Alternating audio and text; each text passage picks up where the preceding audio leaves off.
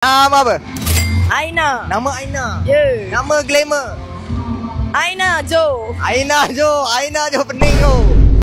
Asal mana Aina? Biasa di sini ya, sini ya. Sini kat mana? Selangor. Selangor.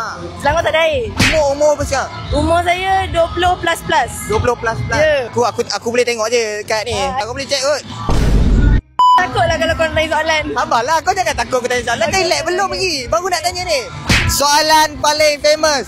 Ya. Pernah bercinta tak? Pernah. Pernah. Dengan dia lagi ke dah putus lah? Dah putus. Dah putus? Dah. Macam mana boleh putus? Sebab aku ingatkan dia ada perempuan simpanan. Rupanya aku perempuan simpanan tu. Okay, maksudnya kau lah skandal dia tu. Aku tak tahu. Kau tak tahu kau skandal dia? Lepas aku kena tinggal baru aku tahu rupanya dia ada girlfriend. Dia cerita kisah benar Kisah, dah boleh buat Netflix. Boleh buat cerita Netflix lah. So sekarang aku decide untuk berdikari lah. I don't need man in my life.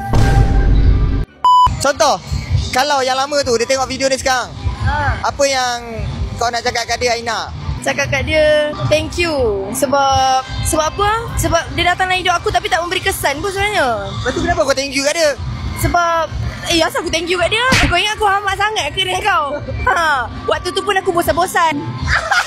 Tak ada benda nak buat. Aku tak nangis pula sebab kau. Apa lagi buaya, lelaki atau perempuan? Lelaki. Okey. Betul.